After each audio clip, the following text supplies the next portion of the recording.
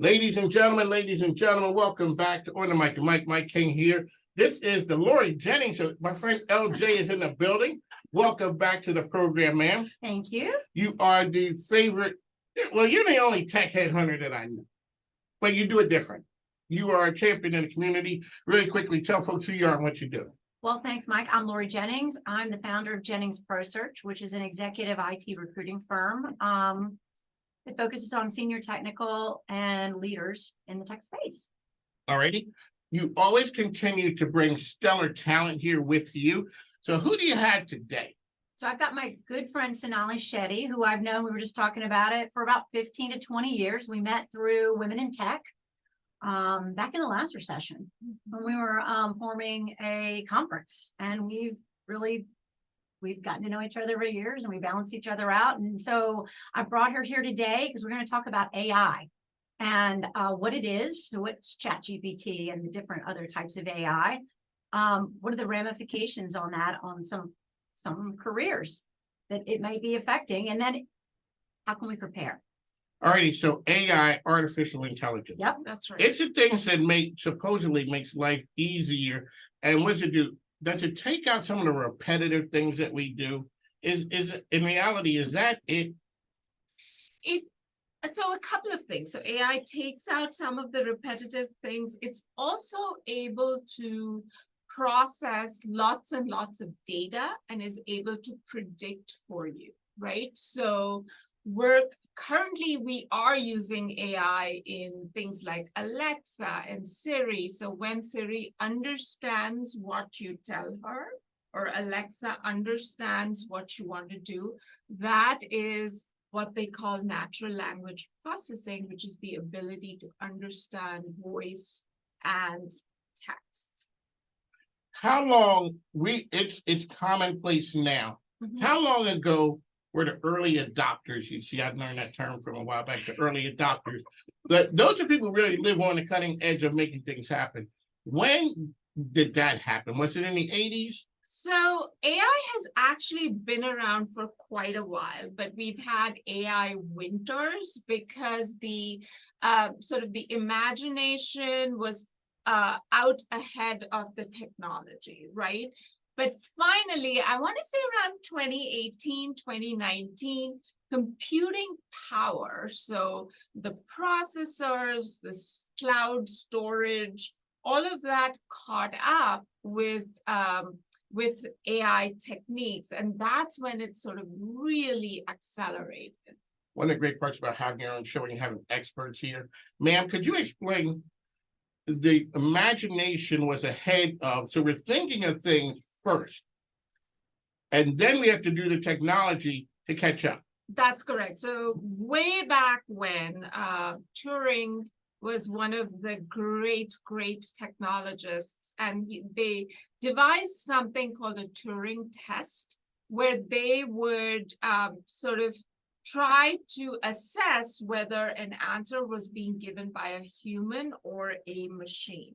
So this was back in the 30s and 40s. So Turing was during World War II.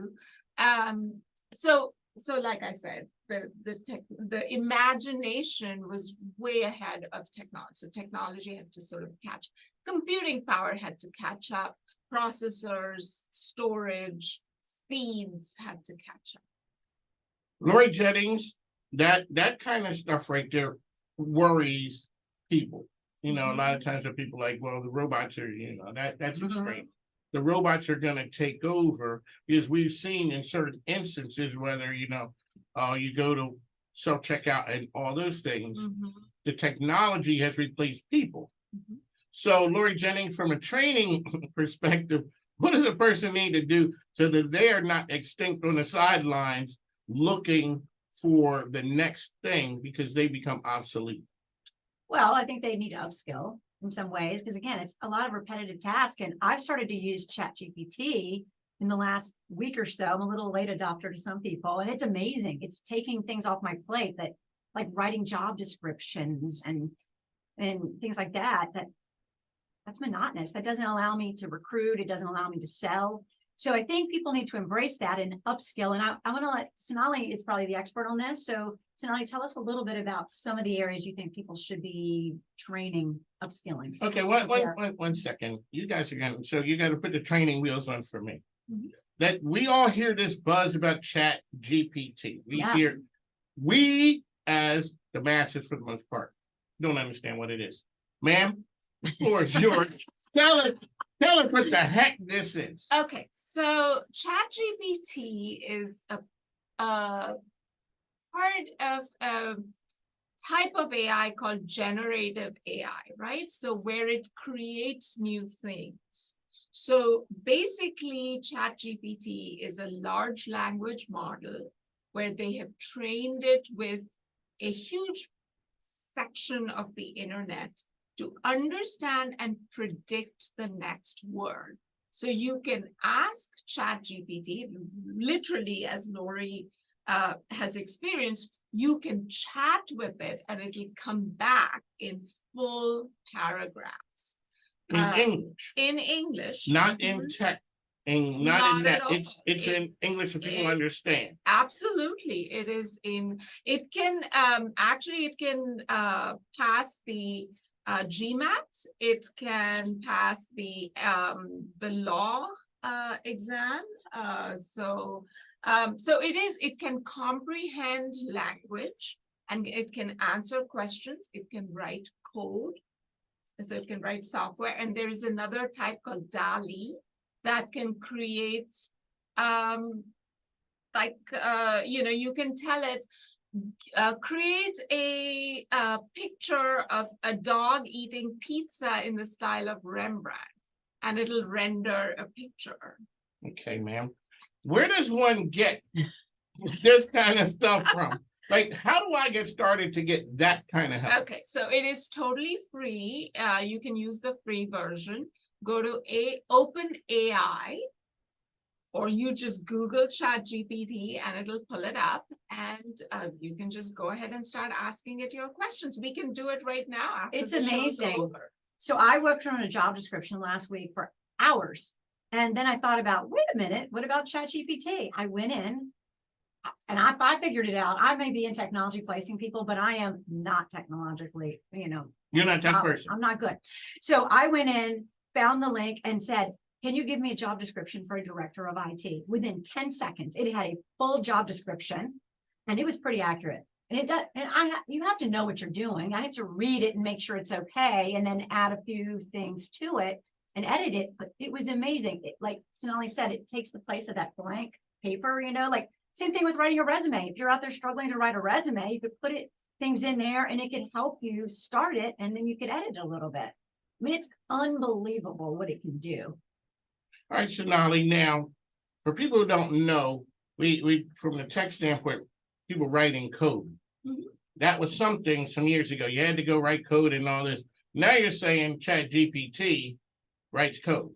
That's correct. Okay, ma'am. So what happens to that aspect of, employment? So you're always going to need the human in the loop, right? Okay. Because yes, it can write basic code, and granted, these systems are going to get better. But some of the complex code, or the explainability of the code will have to be done by a human. So I don't see those jobs going away. In fact, Lori and I were just talking about, we don't know what new jobs will be created. So folks have to stay open-minded, understand, they need to become systems thinkers, right? So by systems thinkers, I mean, how does one part impact the other? Understand your business, get curious about the business that you're in, and then maybe you become the expert in terms of how does AI plug in, but also how the other parts of the business are impacted. So we're here talking about women in tech. When you guys connected 15 years ago, what's different in the tech space for women now here in Richmond?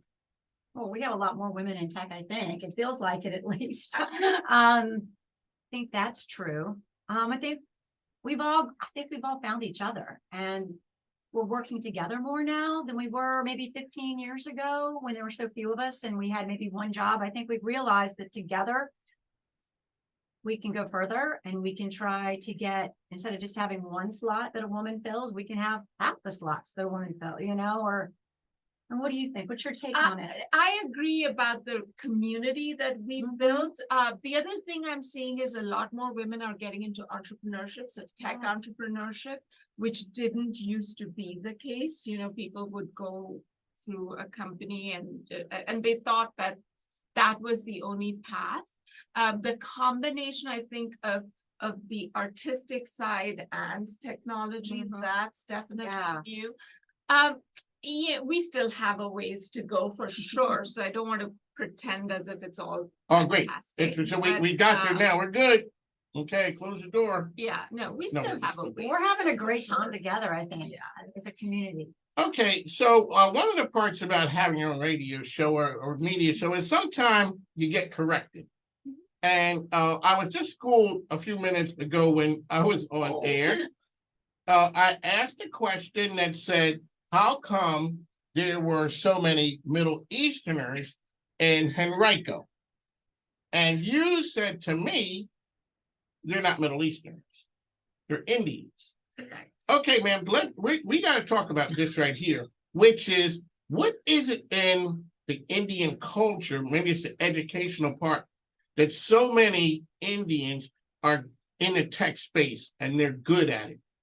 What is it? So a couple of thoughts there. One is there is a huge emphasis on learning and education. There is a lot of value attached to those.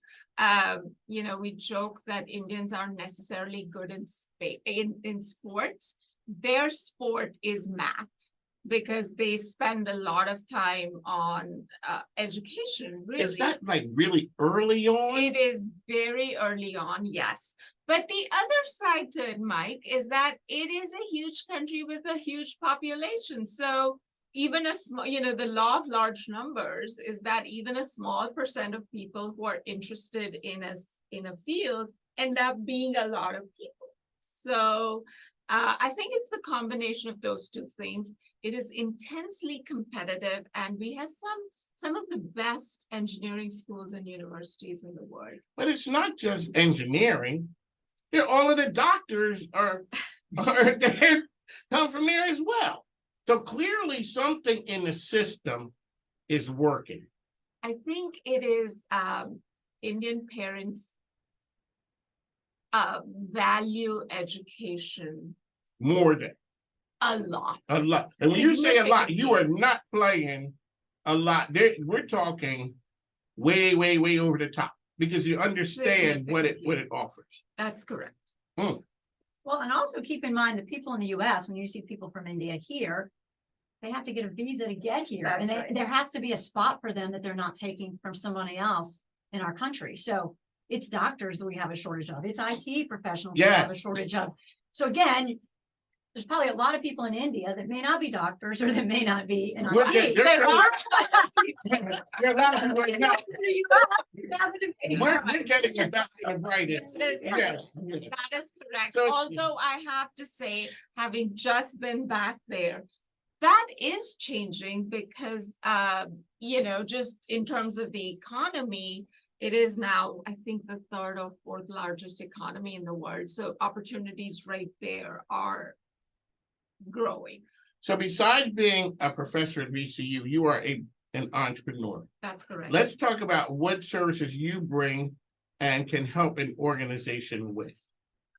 So I do a lot of work in the digital transformation space. So if companies are looking to, you know, really change how they work, really use digital technologies to the full extent that they can, bring innovation into their organization. That's what I do. So as an example, I have a client that is an impact investment advisory firm. They're out of LA. And thus far, they've done a lot of work on Excel spreadsheets, and it's all, you know, sort of manual and very effortful. they now really want to get to the next level of their business. And so I'm helping them with the strategy and the execution of how they can really use technology to get to the next level of their business. So, Lori, last time we were here, we were talking to Patty about women in the space. And sometimes men want to check street cred. Have you ever run into that where men want to check the credentials? Because a lot of times we can be a competitive and a lady comes in, they want to know, do you know what you're talking about? Or we're past that. Oh, I Maybe think we're we're not open. not past Well, okay. that. We're not past that. Are we past that openly now, or is it more subtle? It's both. Oh. Yeah, it depends Unfortunately, on the Whoa. room. yes, it depends on the room.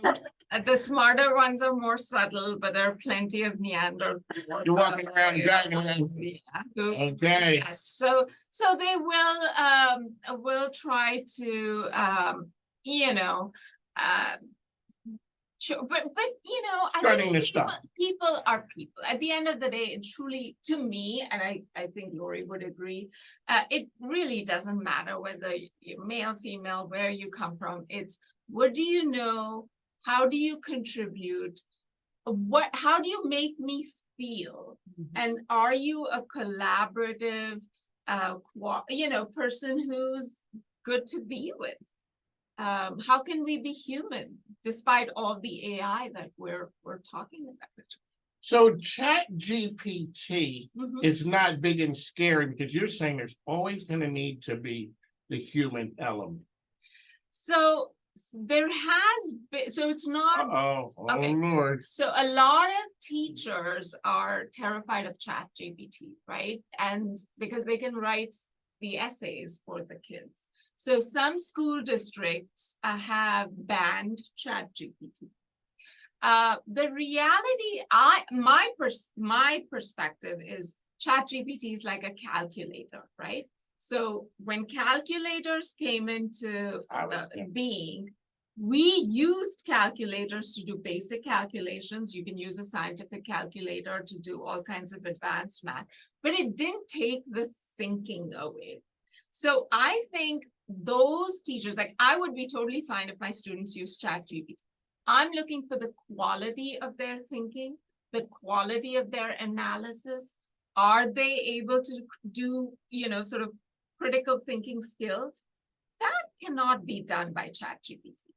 ChatGPT will give you back some text, but if you don't know what you're doing, so in Lori's instance with her job description, if Lori didn't know what she was talking about, what ChatGPT created wouldn't be an acceptable job description. Someone who knows, who isn't understanding, who's educated at that level, looks at that and says, no.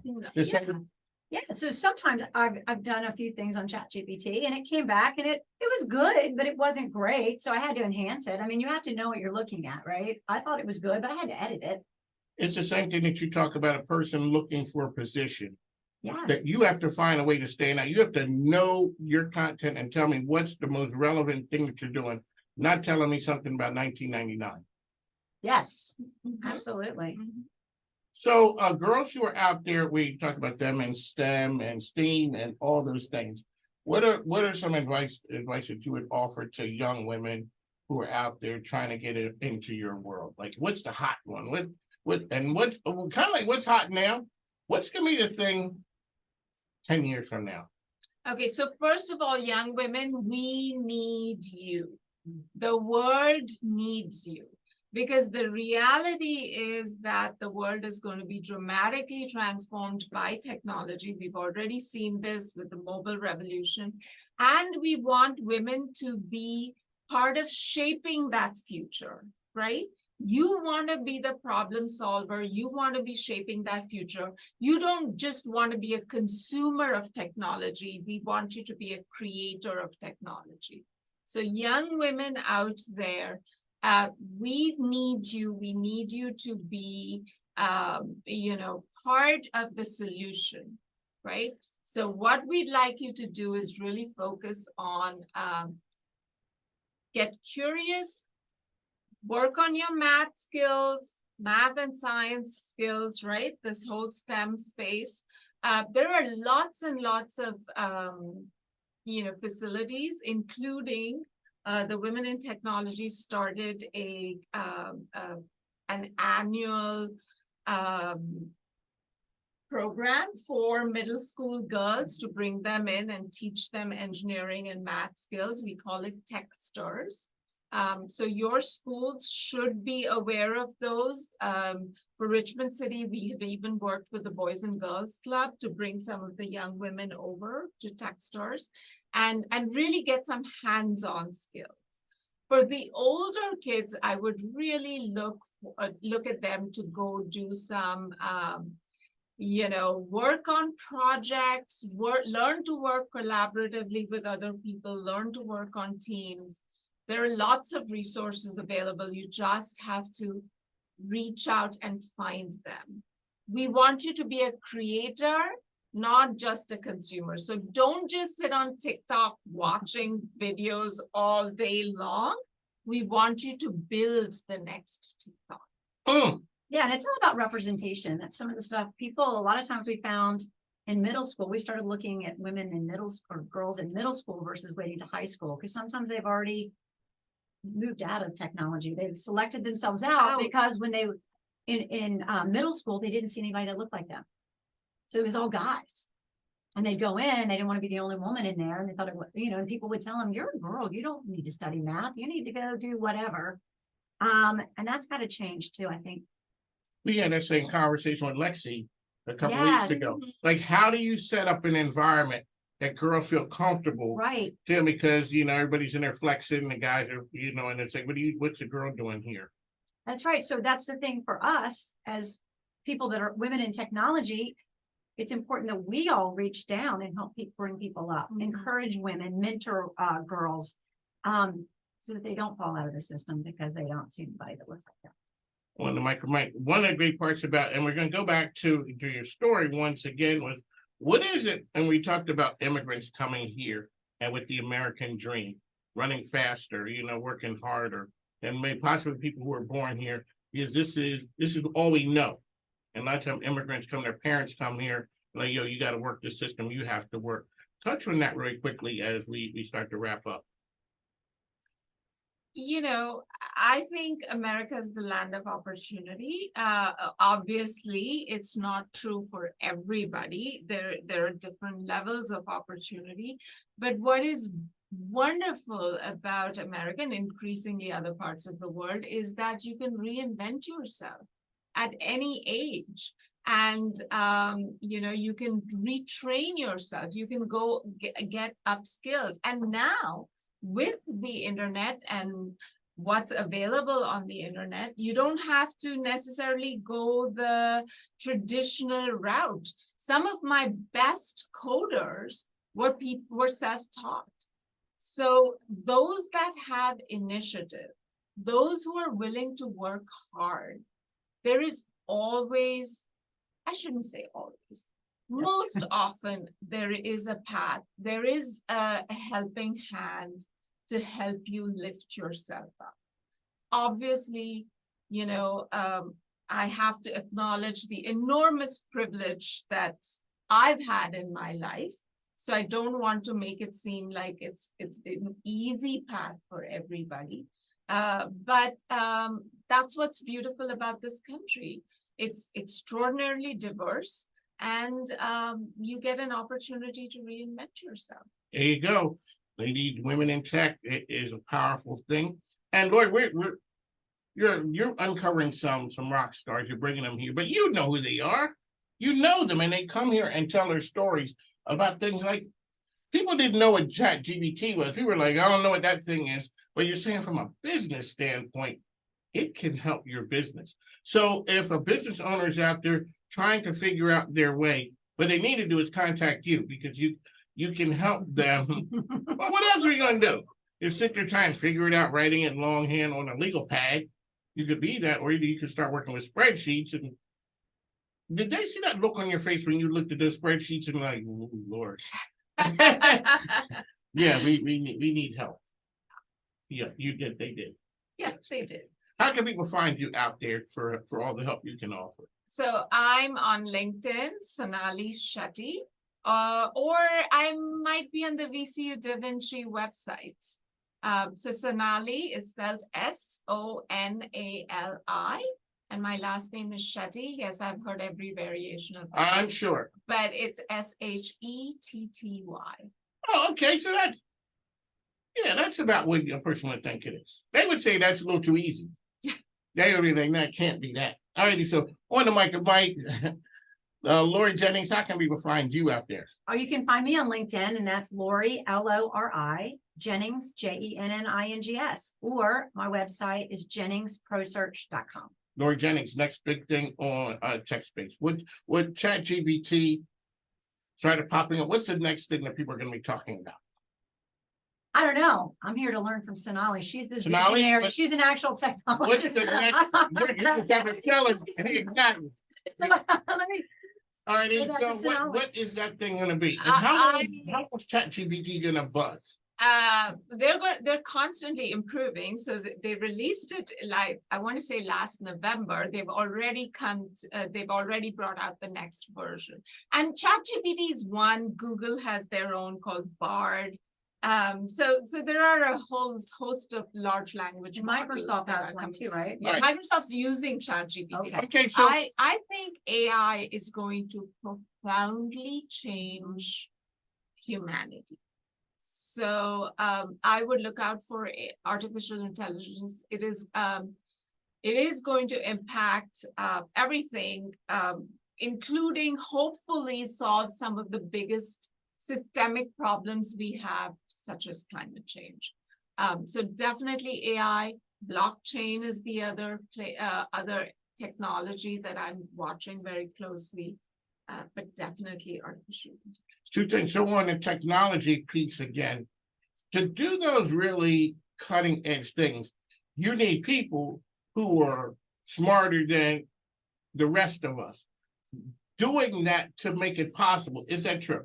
I wouldn't say smarter, just more skilled in that In that area? Okay. right? Yeah, talk about a few of the skills, because I think as a recruiter, I see data, the whole area of data and AI is one of the biggest areas. You know, if you want to enter, and it's not just for programmers.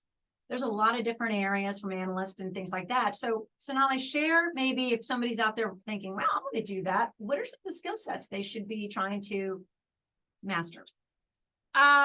So if you want to get into the real hardcore engineering piece of it, I would definitely suggest an engineering degree, hardware engineering, learning how to code, all of that. Okay. Right? As Lori says, if you want to be an analyst, data engineering, data analyst, understand the world of data. We are generating enormous amounts of data, right? So understanding that world, understanding what the implications of that are, is significant. If you want to be, if you're you're an artistic person and you're leaning towards art, then how do you do digital, photography, digital, all sorts of artistic things on digital. Web design would be a basic thing, product design. So it runs the gamut. It really is going to impact every single aspect of our lives. And there are an infinite paths into technology. Okay. So let's take off the engineer. And I just want to say, tech you part. don't have to study engineering to do some of these. There are a lot of them are in the business schools. Absolutely. They're in economics, they're statisticians, there's, all those type of skill sets, accounting. In fact, I think a lot of people, accountants, you can't find them anymore. I mean, they're having a hard time because so many of the people in business school now are shifting to more data-driven careers. Real quickly, okay, then this is take off the tech hat and let's put on the business hat. Mhm. Back in the day, and like I said, I hate to say that, there was VHS and beta. Mhm. VHS 1. Okay. Then we come a couple other times. How did ChatGPT? Okay, the other one was Zoom. If you ask most people pre-pandemic, they maybe there was some type of chat and other teams and stuff like that. Very few people heard of Zoom. And then Zoom wins. It becomes the de facto champion of connecting people.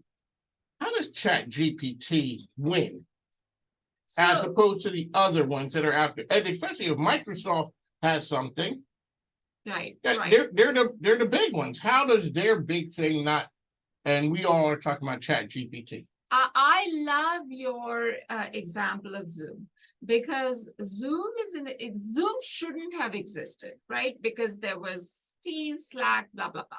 But it is design thinking. It is understanding what your user wants. So Zoom made it super easy. Yes. If I'm using it, work, you know what to time make it is. work, Yes, right. I can do Right. Zoom, not like a champ, but enough that enough people got to use that and it got to be the thing. Right. So I think ChatGPT, what OpenAI has is that they were first to market in a way that made AI a consumer-friendly product, right? So you could just chat and ask questions and it came back.